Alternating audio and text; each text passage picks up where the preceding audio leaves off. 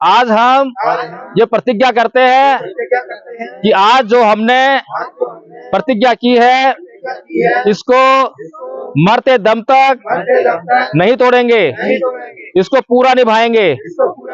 साधु साधु साधु। बैठ जाइए। बहुत बढ़िया।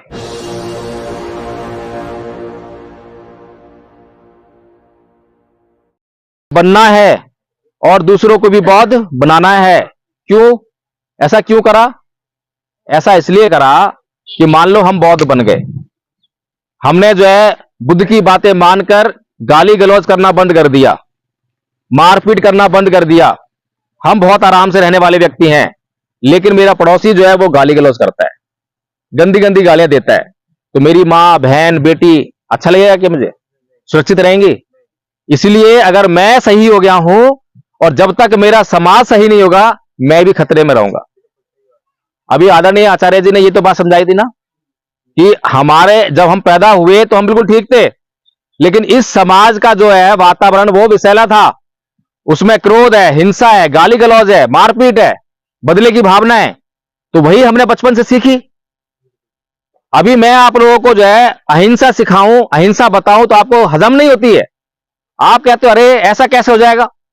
मैं आपको बोलूंगा कि भाई बुद्ध ने कहा है ना ही वीरेन वीरानी स्मृतिवाचनंग अवीरंच समन्ति सनंतनो, वैर से कभी वैर शांत नहीं होता।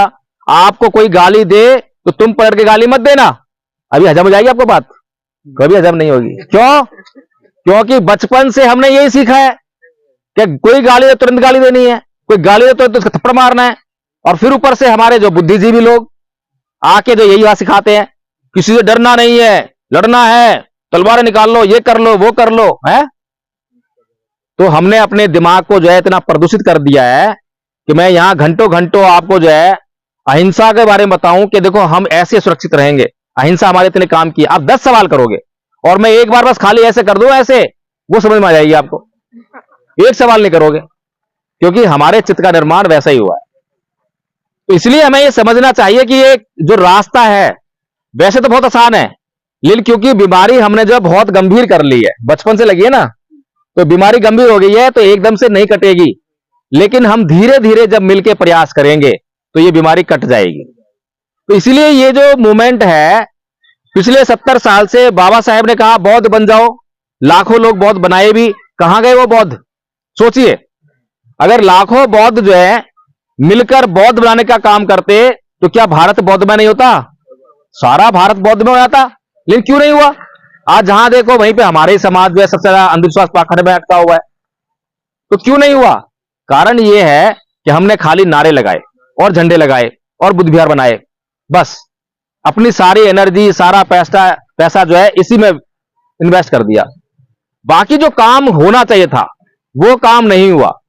अभी भंते जी जो है आपको 1 घंटा जो है देश ना दें, 2 घंटा धर्म सिखाएं, आप सुनोगे बहुत अच्छी कह रहे हैं। जैसे अभी आचार्य जी बता रहे थे, बहुत अच्छी बात, ताली बजाई हमने, बहुत अच्छी लगी, बहुत अच्छी लगी। लेकिन हमने कितना ग्रहण किया?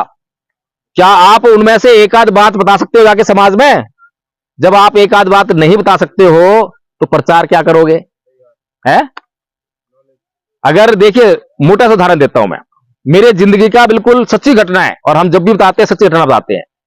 मैं मोबाइल खरीदने गया, क्योंकि हमें वीडियो बनाने के लिए मोबाइल जरूरत पड़ती है। तो हम ये डिसाइड करके गए कि भाई सैमसंग का मोबाइल लेकर आएंगे।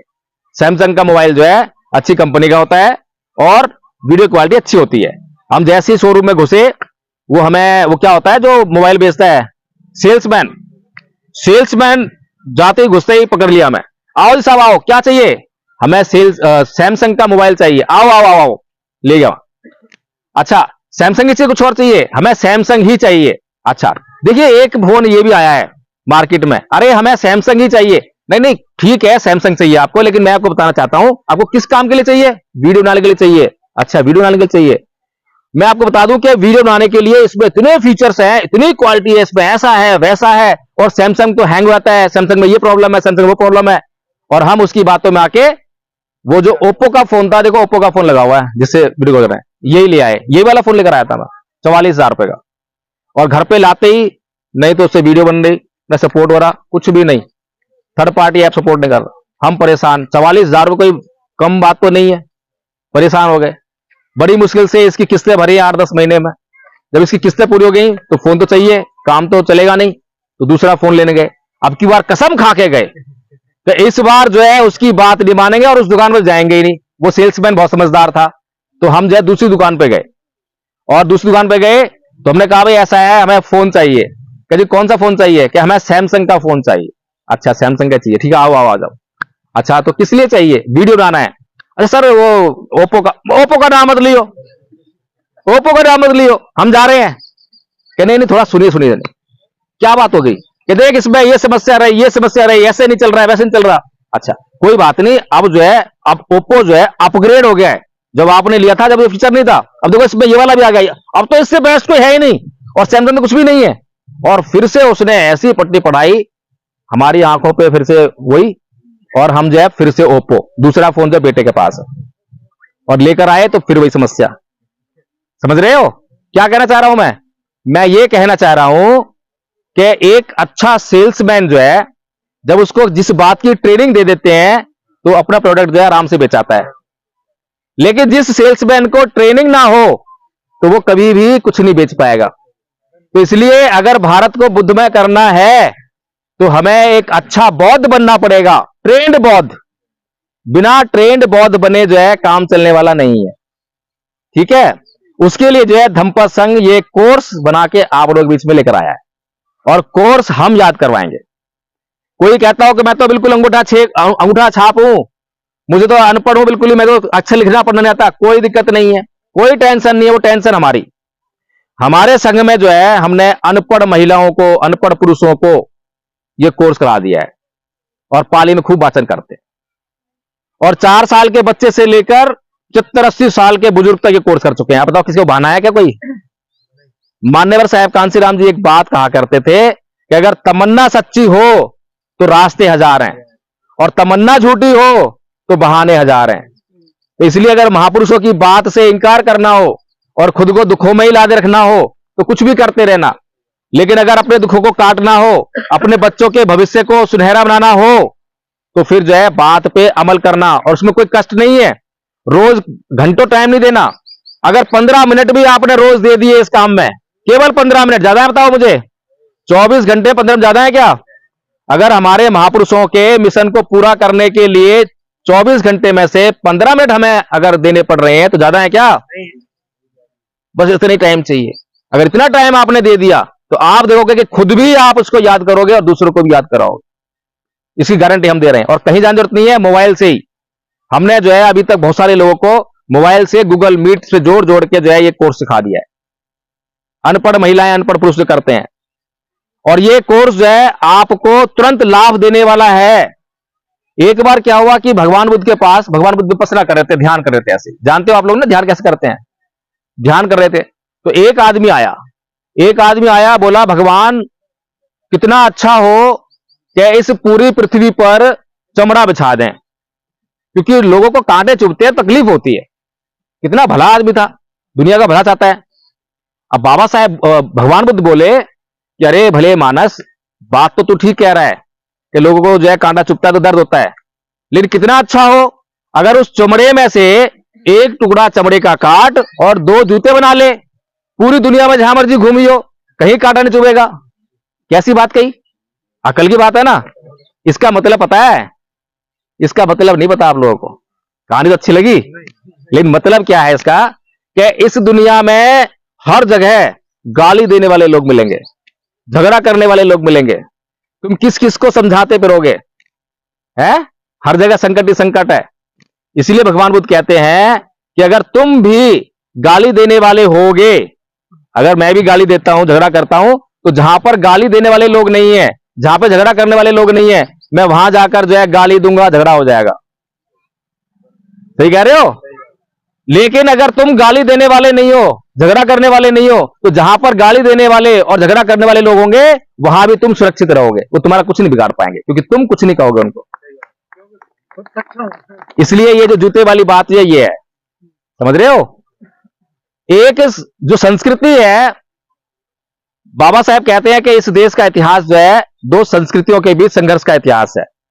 एक संस्कृति है ब्राह्मण संस्कृति और दूसरी संस्कृति है बौद्ध संस्कृति। एक संस्कृति कहती है ईंट के जवाब पत्थर से दो, जो हमारे नेता हमें सिखाते रहते दिन रात, छोड़ेंगे नहीं, ईंट के जवाब पत्थर से दो।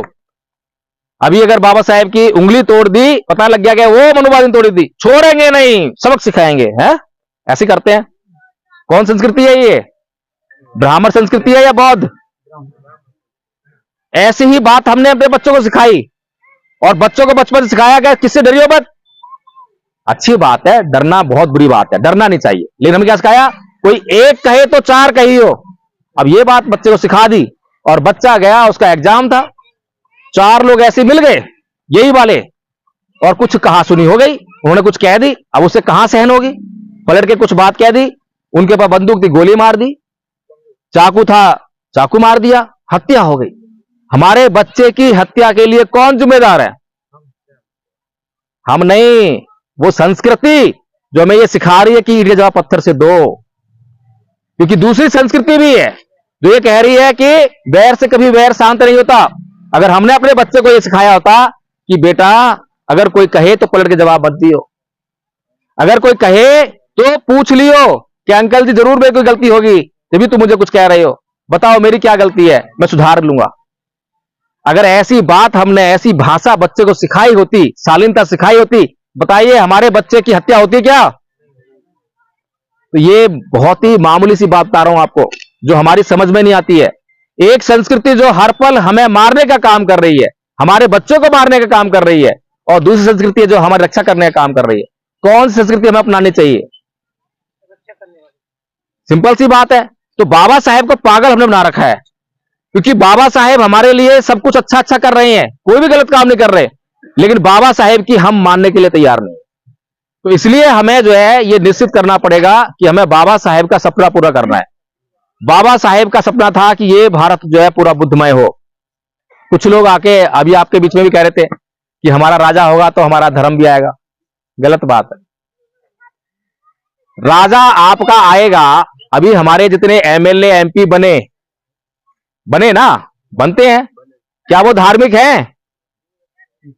सोचिए, जब भगवान बुद्ध ने, राजा प्रसेनजित उनके टाइम में था, राजा बिंबिसार उनके टाइम में था, और जब वो राजा उनकी शरण में आ गए तो वो धार्मिक बन गए, और जब वो धार्मिक बन गए तो उन्हीं राजाओं ने उस प्रजा का, उस जनता का भला करना शुरू कराना। सोचिए, जब भगवान बुद्ध की शरण में व्यापारी आ गए तो वही व्यापारी जो लोगों का शोषण करते थे वो उनका भला करने लगे। जो ब्राह्मण जातिवाद करता था, जब वो भगवान की शरण में आ गया तो समाज से जातिवाद खत्म हो गया। सोचिए पहले क्या जरूरी है। अगर हमारा एमएलए बौद्ध होगा, धार्मिक होगा, बुद्ध को मानने वाला होगा, तो कभी भी वो आपके खिलाफ काम नहीं करेगा, कभी बेईमानी नहीं करेगा, और जितना पैसा आपके लिए आया है वो आपके ही हिस्से में लगेगा। तो इसलिए बहुत जरूरी है कि आपके जो प्रतिनिधि हैं, चाहे वो पंचायती स्तर पर हो, चाहे वो एमएलए हो, चाहे वो एमपी हो, सभी को बौद्ध होना चाहिए। गलत कह रहा हूं, सही कह रहा हूं? तो बाबा साहब गलत नहीं है ना। तो अब हमें जो है बौद्ध धर्म खुद को सीखना है, और हमने जो है इस बौद्ध धर्म का प्रचार करने के लिए कोर्स बनाया है। कोर्स को 3 भागों में बांटा है, प्रथम वर्ष, द्वितीय वर्ष और तृतीय वर्ष। प्रथम वर्ष का कोर्स जो है प्रत्येक अम्बेडकरवादी के लिए, जो अपने आप कहता है कि मैं अम्बेडकरवादी हूं, जरूरी है। जो अपने आप कहता है मैं बौद्ध हूं, जरूरी है। अगर इतना कोर्स वो कर लेगा तो वो सीना ठोक के बोलेगा मैं बौद्ध हूं, मुझे बौद्ध धर्म आता है, मुझे बौद्ध धर्म पता है कि बौद्ध धर्म क्या है। अभी तो बौद्धों से पूछ लो कि बौद्ध धर्म क्या है, कुछ पता ही नहीं है, तो बौद्ध कैसे हुए? बौद्ध कैसे हुए? नाम सुनो बौद्ध जाओगे। मैंने अपने नाम के आगे बौद्ध लगा लिया, जय भीम प्रकाश बौद्ध, बौद्ध हो गया क्या? मैं नहीं हुआ। ऐसे नकली काम हिंदुओं चल जाएगा, मुसलमानों चल जाएगा, ईसाइयों चल जाएगा, लेकिन बौद्धों का नहीं चलेगा। क्यों? क्योंकि पूरी दुनिया में जो है मुसलमान धर्म का प्रचार हुआ, ईसाई धर्म का प्रचार हुआ, हिंदू का भी प्रचार हो रहा है, लेकिन सबने जो है जोर जबरदस्ती से किया है, तलवार के बल पे किया है, खून बहाया है, लोभ लालच से कराए ना है। लेकिन भगवान बुद्ध का धर्म पूरी दुनिया में फैला। बता दो मुझे, एक बूंद रक्त की नहीं बही है, एक बूंद रक्त का इल्जाम भगवान बुद्ध धर्म पर नहीं है, और पूरी दुनिया में फैला है। कैसे फैला है? क्योंकि ये एक्सपीरियंस करने का धर्म है, अनुभव करने का। जब इससे आपको लाभ होगा तो दूसरों को भी बताओगे। जो दवा खाने से आपको लाभ हो जाता है तो कंपनी आपको पैसे नहीं देती, क्या मेरा प्रचार करो, खुद ही जाएगा बताते हो। एक सच्ची घटना बताता हूं मैं आपको जो है, उससे आपको पता लगेगा कि कितना इंपॉर्टेंट ये जो धर्म जो है बाबा साहब ने हमें दिया है। हमारे एक साथी हैं, दिल्ली पुलिस में काम करते हैं, दिल्ली पुलिस में बहुत गुस्से वाले हैं। अब वो दोनों हस्बैंड वाइफ और हम दोनों हस्बैंड वाइफ जो है रोज पार्क में मिला करते थे, कुछ जॉगिंग एक्सरसाइज वगैरह करी, उसके बाद हम जो है धर्म चर्चा करते थे। और उनको इसमें से एक मैं गाथा याद करा रहा था। वो गाथा थी, अकोछी मंगा बदी मंगा जी नी मंगा हासी में ये चत्तंग उपनहंती बेरंग तेसंग न सम्मति, कि उसने मुझे मारा, उसने मुझे डांटा, उसने मुझे लूट लिया, उसने मेरा सब कुछ जीत लिया। जो ऐसा अपने मन बनाए रखते हैं उनका वैर कभी शांत नहीं होता। ये गाथा उनको मैंने सिखाई, याद कर ली उन्होंने, उनको याद हो गई। एक दिन उनकी मैडम का फोन आया कि प्रकाश जी घर पे आ जाइए, 3 दिन से बोलचाल नहीं है। समझ लो, अब 3 दिन से बोलचाल नहीं है। हम लोग घर पे गए। जैसे हम घर पे गए, साहब ड्यूटी से वापस आए, और जैसे साहब ड्यूटी से वापस आए तो मैडम उनके लिए पानी लेकर आए। तो बोलते हैं कि अगर ये लोग घर पे ना आए होते तो ये पानी का गिलास तेरे मुंह पर देके मारता। मैंने उनसे सिर्फ एक बात पूछी कि आदरणीय जी एक बात बताओ, हम हर रोज एक गाथा याद करते हैं, उस गाथा का मतलब क्या है, बस इतना बता दो। इतना पूछना था, उनके चेहरे में मुस्कान आ गई, क्योंकि गाथा तो कह रही थी कि माफ कर दो, जो कुछ भी हुआ है माफ कर दो, है। एकदम मुस्कुरा गए, तुरंत पानी का गिलास हाथ में से लिया और पी लिया, और गुस्सा खत्म, और 3 दिन का कलेश 1 सेकंड में खत्म। अब बताइए बुद्ध का धम दवा है या नहीं है? बहुत तगड़ी दवा है। तो इसलिए जो है बाबा साहेब को पागल मत बनाओ, बाबा साहेब को पागल मत बनने दो। और भगवान का बुद्ध का धम्म जो है ऐसा धम्म है जो सबके लिए अवेलेबल है, हिंदू के लिए भी, मुसलमान के लिए भी, ईसाई के लिए भी, पूरी दुनिया के लिए जरूरी है। बता दो भगवान बुद्ध की इन बातों से कौन इनकार कर सकता है? किसके लिए जरूरी नहीं है? किसके घर में ये कलेश नहीं होते? सबके होते हैं ना। लेकिन सबको जो है ये बातें नहीं पता, वो तो मजबूर हैं, क्योंकि वो बुद्ध से इनकार कर देते हैं, वो बुद्ध को नहीं मानने वाले हैं। लेकिन आपको तो साक्षात बाबा साहेब ने आके ये बताया कि बुद्ध की शरण में चले जाओ। तो हम तो अपने कलेश दूर कर लें, पहले तो अपना कल्याण करेंगे, और अपने यहां कल्याण करते करते जब ये भारत को बौद्ध बना देंगे तो आपको सब कुछ मिल जाएगा, राजा भी मिल जाएगा, सब कुछ मिल जाएगा, सब कलेश खत्म। तो इसलिए अब इस काम को पूरा करने के लिए हमें एक संकल्प लेना है। तैयार हो? खड़े हो जाओ फिर। ग्राम मानपुर मध्य प्रदेश में ये प्रतिज्ञा करते हैं कि हम परम पूज्य बाबा साहब डॉक्टर भीमराव अंबेडकर, उनका सपना भारत को बौद्धमय करना, पूरा करने के लिए अपना तन मन धन लगाएंगे। आज से हम मरते दम तक, जब तक भारत को बौद्धमय ना कर दें, चैन से नहीं बैठेंगे। अब आगे से हम परम पूज्य बाबा साहब डॉक्टर भीमराव अंबेडकर का और अधिक अपमान नहीं होने देंगे। अब हम सच्चे तरीके से परम पूज्य बाबा साहब डॉक्टर भीमराव अंबेडकर का सम्मान करेंगे। आज हम ये प्रतिज्ञा करते हैं कि धम्मपद संघ ने जो कोर्स बनाया है, धम्मपद संघ के मार्गदर्शन में बहुत जल्दी उसे पूरा याद करेंगे, और याद करके परीक्षा देकर आचार्य बन जाएंगे।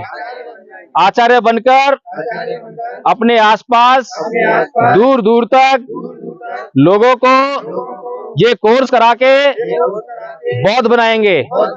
आज हम ये प्रतिज्ञा करते हैं कि आज जो हमने प्रतिज्ञा की है, इसको मरते दम तक नहीं तोड़ेंगे, इसको पूरा निभाएंगे।